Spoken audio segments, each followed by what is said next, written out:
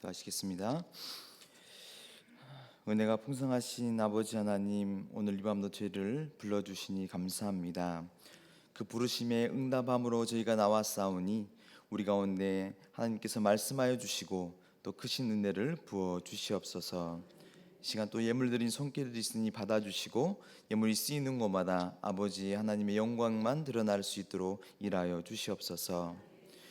이 땅의 삶을 살아갈 때 우리가 가장 중요한 것, 예수 그리스도를 붙잡고 그 말씀에 순종함으로 살아가는 삶, 그것을 잊지 않고 늘 말씀 가운데 살아가는 저희가 될 수 있도록 늘 인도하여 주시옵소서. 특별히 이 밤은 또 8교구 주간 예배로 드려집니다. 8교구 가운데 함께 하셔서 늘 예수님을 따르며 제자로서의 삶을 살아가는 8교구 모든 구역원들이 될 수 있도록 붙잡아 주시옵소서.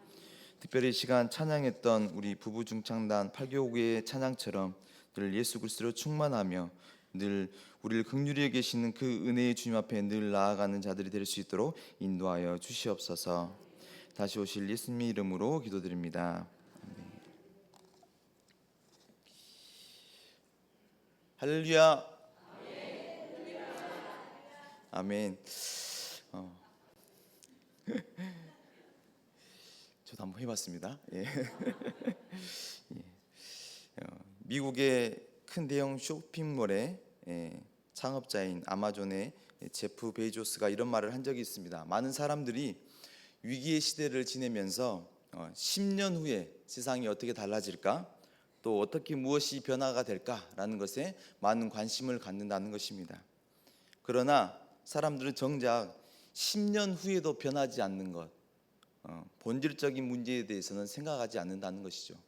그래서 이분이 하는 말이, 본질을 잘 붙드는 사람은 아무리 세상이 변할지라도 잘 대처할 수 있다라고 이야기를 했다는 것입니다. 기업을 운영하는 자도, 장사하는 사람도 본질이 중요한 것을 잘 알고 있는 것 같습니다. 그렇다면 우리가 예수님을 믿고 따르는 자로서 신앙생활의 본질이 또한 중요하다는 것을 우리가 늘 깨닫고 알아야겠습니다. 그래서 오늘 말씀을 통하여서 우리가 붙잡아야 될 것이 무엇인가 라는 것을 함께 나누고자 합니다. 오늘 읽은 누가복음의 말씀은 예수님께서 회당에서 가르치실 때 일어난 사건을 기록하고 있습니다. 오늘 말씀에서 보니까 예수님께서 안식일에 회당에서 가르치시고 계셨습니다. 회당, 이것은요 유대인들이 모이는 장소입니다.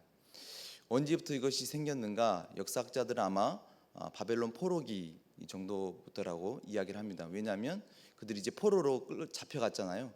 그러니까 그들이 모여서 안식일도 지키고 하나님의 말씀도 듣고 가르쳐야 되는데 그런 장소가 없기 때문에 유대인들이 모이는 곳마다 회당을 만들어서 거기서 하나님 말씀을 또 선포하기도 하고 읽기도 하고 또 가르치기도 한 장소가 바로 회당이었다는 것입니다.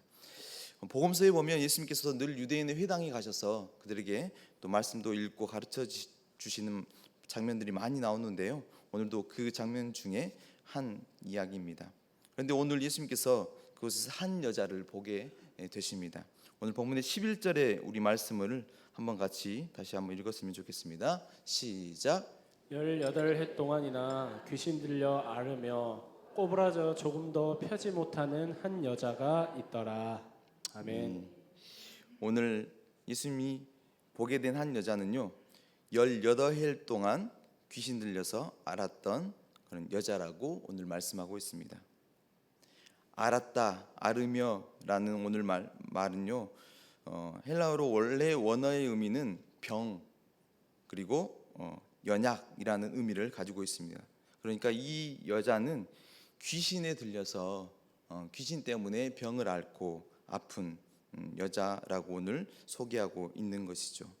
오늘 기록한 누가는 직업이 무엇입니까? 의사였죠. 그래서 누구보다도 이 여인에 대한 기록들을 아주 좀 자세히 하고 있습니다. 귀신 들려 앓았고 꼬부라져 조금도 펴지 못하는 한 여자가 있다라고 오늘 이야기합니다. 지금으로 말하면 척추 쪽에 문제가 있어서 이렇게 곱추라고 해야 되나요? 이렇게 등이 굽어진 그런 상태로 펴지 못하는 그런 여인임을 우리가 알 수가 있겠습니다. 그 여인의 삶을 한번 상상해 보십시오. 귀신에 사로잡혀서 병을 앓았고, 그래서 하늘을 바라볼 수 없는, 등을 펴지 못하고 그런 갑갑함 속에서 그것도 18해 동안이나 삶을 살았던 여인, 얼마나 힘들고 고통스러웠을까요? 오늘 그 여인을 주님께서 보시고 긍휼히 여기시면서 고쳐주시는 모습입니다. 오늘 본문에 이 여자가 예수님 저를 좀 고쳐주세요라고 이야기를 했습니까? 그렇지 않았습니다. 오늘 그냥 예수님께서 그녀를 보시고 그녀에게 말씀하시고 안수하셔서 그녀를 고쳐주시는 모습입니다. 오늘 12절의 말씀을 한번 같이 읽어볼까요? 시작. 예수께서 보시고 불러 이르시되 여자여 네가 네 병에서 놓였다 하시고. 아멘. 아멘. 예수님께서 그 여인에게 그냥 선포하십니다. 여자여 내가 내 병에서 놓였다. 그리고 오늘 안수하시고 그가 고침받고 그래서 하나님께 영광을 돌렸다고 기록하고 있습니다. 얼마나 기뻤을까요? 18일 동안 아팠던 그가 펴지 못했던 등을 펴고 갑작스러운 은혜를 경험하게 된 거죠. 자기가 요청하지도 않았지만 그 예수님의 선포와 안수로 말미암아 오늘 그가 하나님의 크신 은혜를 경험하게 되었습니다. 그러고 이 이야기가 끝 이렇게 마무리되면 참 좋겠는데 오늘 그렇지 않습니다. 오늘 한 인물이 또 등장을 합니다. 바로 그는 회당장입니다. 회당장은요, 이 회당을 관리하고 어떤 예배가 드려진다면 그것들을 주관하고 순서를 맡은 자들을 정하고 이렇게 관리하는 자입니다. 이 회당장이 보니까 안식일인데 병든 자를 고친다고?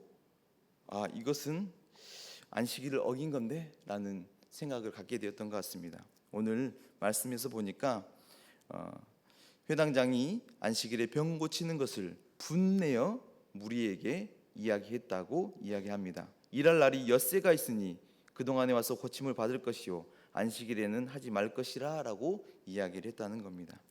저는 이 장면을 상상해 보면 많은 사람들이 예수님의 치유의 사역을 보고 너무 놀랍고 은혜 가운데 있었을 것 같은데 오늘 이 회당장의 이 발언은 그 은혜의 찬물을 끼치는 것 같은 그런 살얼음이 되는 그런 상황이 된 것이죠. 유대인들은 율법을 따라서 안식일을 지킵니다. 안식일에는 뭘 하지 않아요? 일하지 않습니다. 그래서 이 회당장 입장에서 보면 이렇게 이야기하는 게 당연한 일이라고 이야기할 수가 있겠습니다. 그러나 우리는 다시 한번 좀 생각해야 됩니다.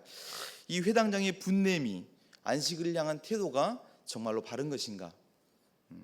오늘 회당장의 분냄의 포인트가 어디 있는지 아십니까? 안식일에 있습니다. 그냥 평일날 고쳤으면 아무 말도 하지 않을 일이고 분낼 일이 아닌데 그날이 어떤 날이었냐? 바로 안식일이었다는 것이죠. 안식일을 안 지켰잖아. 이건 동의할 수 없어 라면서 오늘 화를 내고 있는 것입니다. 사실 제가 이스라엘 갔을 때 선교사님께도 이야기를 들었지만 선교사님이 이방인이잖아요. 그러니까 유대인들이 전화한답니다. 불 좀 꺼주세요. 켜주세요. 그래서 불 끄러 다니고 켜러 다니는 일들을 많이 하셨다고 이야기를 들었습니다. 지금도 이스라엘에 가면 안식일 전용 엘리베이터가 있습니다. 왜냐하면 버튼 누르는 것도 일이거든요. 그래서 자동으로 층마다 서는 안식일 엘리베이터가 있습니다. 아픈 사람도요 긴급한 경우에만 응급처치를 할 정도로 그들이 안식일을 지켰다고 합니다. 그러니 오랜 병에 걸린 응급하지도 않는 이 여자를 안식일에 고친다라는 것은 안식일을 범했다고 볼 수밖에 없는 것이죠. 그러나 오늘 예수님께서 말씀하십니다. 우리 세 번역으로 15절 16절을 함께 같이 읽겠습니다. 제가 읽겠습니다. 주님께서 그에게 대답하셨다. 너희 위선자들아 너희는 저마다 안식일에도 소나 나귀를 애양간에서 풀어내어 끌고 나가서 물을 먹이지 않느냐. 그렇다면 아브라함의 딸인 이 여자가 18해 동안이나 사탄에게 매어 있었으니 안식일이라도 이 매임을 풀어주어야 하지 않겠느냐라고 말씀하시고 있습니다. 오늘 예수님께서 이 회당장과 그 유대인들에게 뭐라고 말씀하시냐면 위선자들아 라고 외식하는 자들아 라고 말씀하고 있습니다. 외식 위선자들, 이 뜻은요 가면을 쓴 사람들이라는 말입니다. 즉 무대에서 가면을 쓰고 연기하는 그 배우를 가리키는 말에서 유래하였다는 것이죠. 당시에 유대인들은 안식일에 소나 나귀를 풀어서 물을 먹이는 게 하나의 습관처럼 지냈다고 합니다. 탈무드에는요 안식일에 동물의 등에 짐을 지우지 말고 몰고 다니지도 말고 또 물을 운반하는 일도 금지하는데 동물에게 물을 먹이는 일은 허용한다라고 되어 있다는 겁니다. 그러니까 이런 거죠. 물을 바가지에 퍼서 물을 먹이잖아요. 이것은 일하는 겁니다. 그런데 그냥 구유에 물을 부어준다. 이것은 괜찮다라고 이야기를 한다는 것이죠. 그러니까 당시 유대인들의 율법 규정에는 없으면 만들어내기도 하고, 그래서 이것을 지키기도 하고, 어떤 것은 금지하기도 하고, 이런 상황 가운데 있었다는 것입니다. 그러니까 예수님 보시기에는 이 안식일에 병든 여자를 고치는 것은 안식일을 범했다라고 화내는 자들을 보니까 너무 이해가 되지 않는 거죠. 왜? 그들은 그 소나 나귀를 물을 먹여야 되면 그들을 풀어서 물을 먹이는 일을 행하는 자들이 그들이었기 때문입니다. 그래서 오늘 예수님께서 말씀하시는 거죠. 18일 동안이나 하루만 나귀가 묶여 있어서 물을 못 먹고 그 모습을 보면 너희는 풀어서 그들에게 물을 주지 않느냐. 그런데 오늘은 18일 동안 악한 그 영과 병에 매여 있는 여인을 풀어주는 일을 내가 하는데 그것을 가지고 안식일을 범했다고 이야기하느냐라고 질문하고 계시는 것입니다. 오늘 성경 원문을 보면요 18해를 어떻게 기록하고 있냐면 10년하고 8년이라고 이렇게 기록하고 있습니다.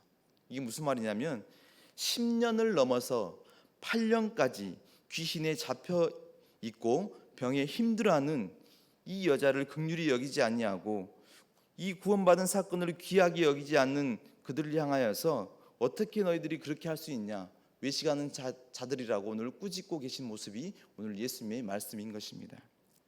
성도 여러분, 이 시대를 살아가는 우리도 오늘 말씀을 통하여서 정말로 본질을 우리가 잘 붙잡고 있는지 살펴야 한다는 것이죠. 질문을 함께 같이 좀 읽겠습니다. 한번 같이 읽어볼까요? 시작. 사역의 자리에서 우리는 본질을 붙잡고 있습니까? 아니면 일과 사역으로만 분주합니까?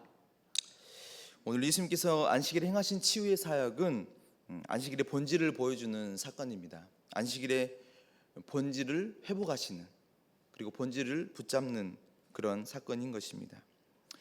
우리가 이 시대를 살아가면서 많은 사역들을 감당하잖아요. 특별히 우리 교회는 평신도 사역들로 여러 가지 일을 감당하는데 예배하는 것, 또 봉사하는 것, 여러 가지 사역들을 하는 가운데 우리가 그 본질을 잃어버린다면 우리도 오늘 외식하는 자처럼 그렇게 분내고 화낼 수 있다는 것입니다. 매번 반복되어지고 분주하고 또 많은 일들을 감당하다 보면요 우리가 오늘 외식하는 자처럼 그렇게 살아갈 수 있다는 것이죠. 마가복음 2장 27절 28절 우리가 세 번역으로 함께 같이 읽겠습니다. 시작. 그리고 예수께서는 그들에게 말씀하셨다. 안식일이 사람을 위하여 생긴 것이지 사람이 안식일을 위하여 생긴 것이 아니다. 그러므로 인자는 또한 안식일에도 주인이다. 아멘. 오늘 예수님께서 안식일의 본질을 말씀하십니다. 안식일이 사람을 위하여 있는 것이다. 그리고 안식일의 주인은 예수님이시다라고 말씀하고 있습니다. 안식일은요 그냥 일을 멈추고 안 하는 것이 아니라 그분 안에서 참된 쉼과 평안을 얻는 그런 시간입니다. 바로 하나님과 주님과의 관계 안에 있을 때 그게 온전한 쉼을 얻는 것이죠.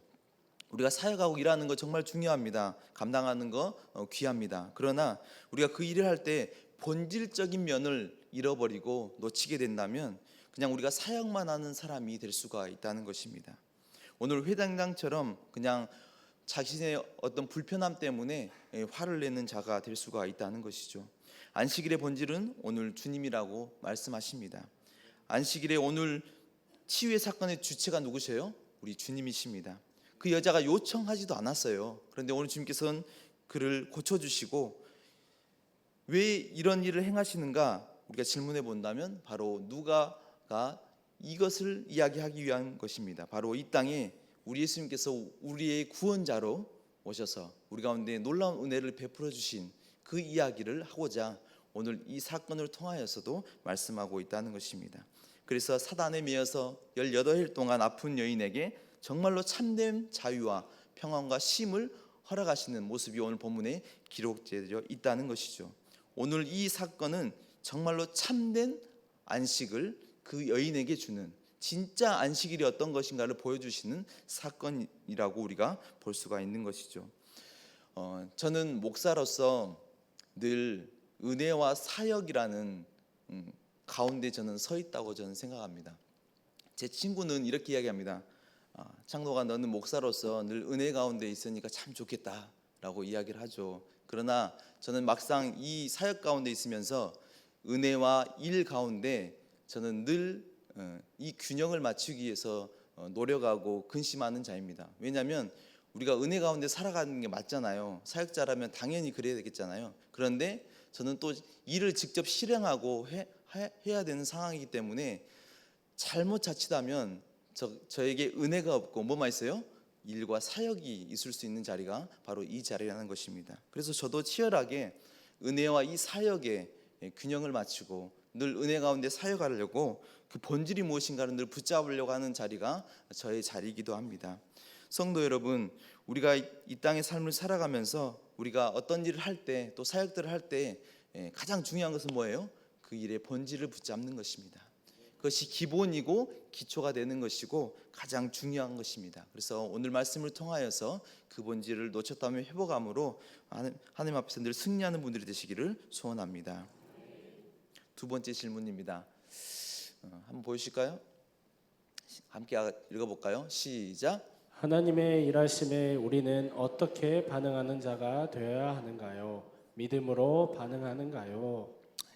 오늘 예수님의 사역의 두 가지 반응을 우리는 볼 수가 있습니다. 치유함 받은 여인의 반응은 어떠합니까? 13절에 하나님께 영광을 돌리고 있습니다.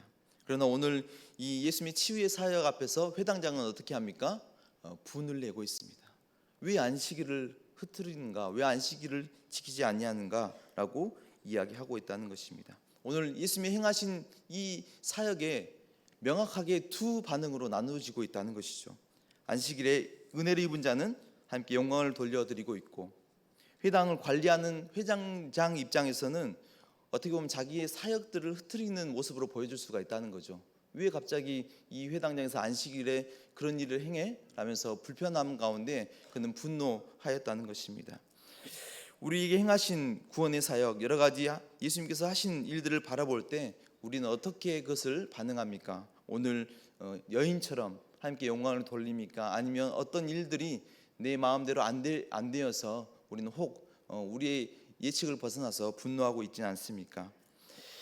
오늘 사실 회당장의 모습을 보면서 저는 좀 이해가 되기도 했습니다. 저도 그런 사람이거든요. 어떤 저의 계획과 사역과 예측들을 벗어나게 되면 저는 불편한 사람이거든요. 그래서 회당장의 마음도 이해가 가긴 합니다. 그러나 그는 그의 사역을 바라본 거죠. 그 자신을 바라본 거죠. 오늘 예수님을 바라보지를 않았습니다. 오늘 사건에서 가장 중요한 것은 한 영혼이 자유함을 얻고 그 자유함 가운데 평안함을 입은 사건, 한 영혼이 구원받은 사건입니다. 그리고 그가 온전한 안식을 얻은 사건인 것이죠.